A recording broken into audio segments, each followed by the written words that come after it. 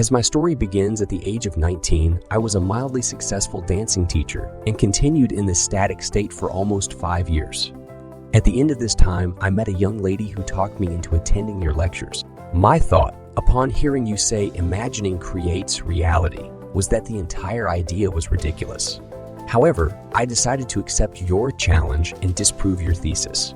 I bought your book Out of This World and read it many times. Still unconvinced, I set myself a rather ambitious goal.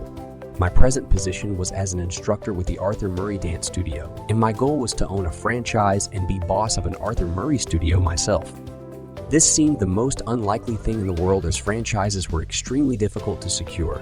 But on top of this fact, I was completely without the necessary funds to begin such an operation.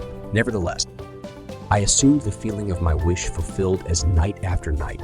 In my imagination, I went to sleep managing my own studio. 3 weeks later, a friend called me from Reno, Nevada. He had the Murray studio there and said it was too much for him to cope with alone. He offered me a partnership and I was delighted. So delighted, in fact, that I hastened to Reno on borrowed money and promptly forgot all about you and your story of imagination. My partner and I worked hard and were very successful. But after a year, I was still not satisfied. I wanted more. I began thinking of ways and means to get another studio. All my efforts failed.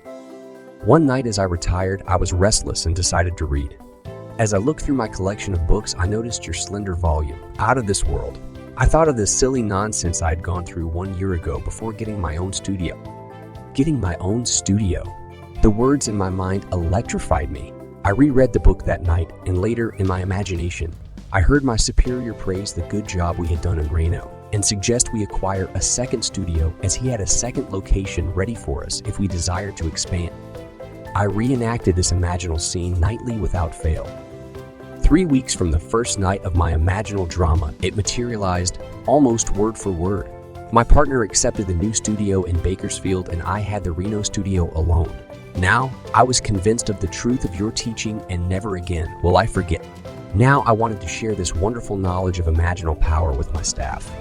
I tried to tell them of the marvels they could accomplish, but I was unable to reach many, although one fantastic incident resulted from my efforts to tell this story. A young teacher told me he believed my story but said it would have probably happened anyway in time. He insisted the entire theory was nonsense, but stated that if I could tell him something of an incredible nature that would actually happen and which he could witness, then he would believe. I accepted his challenge and conceived a truly fantastic test. The Reno studio is the most insignificant in the entire Murray system because of the small population count in the city itself.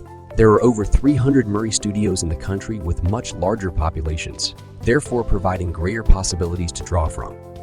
So, my test was this. I told the teacher that within the next 3 months, at the time of a national dance convention, the little Reno studio would be the foremost topic of conversation at that convention. He calmly stated this was quite impossible. That night when I retired, I felt myself standing before a tremendous audience. I was speaking on creative imagining and felt the nervousness of being before such a vast audience.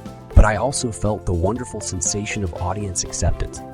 I heard the roar of applause, and as I left the stage, I saw Mr. Murray himself come forward and shake my hand.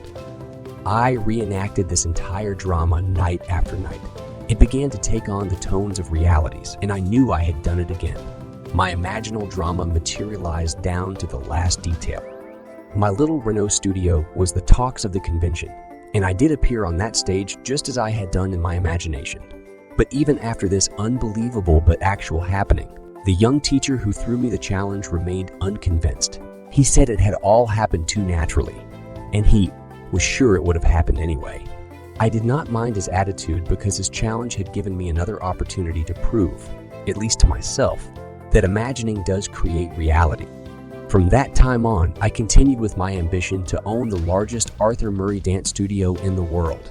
Night after night, in my imagination, I heard myself accepting a studio franchise for a great city.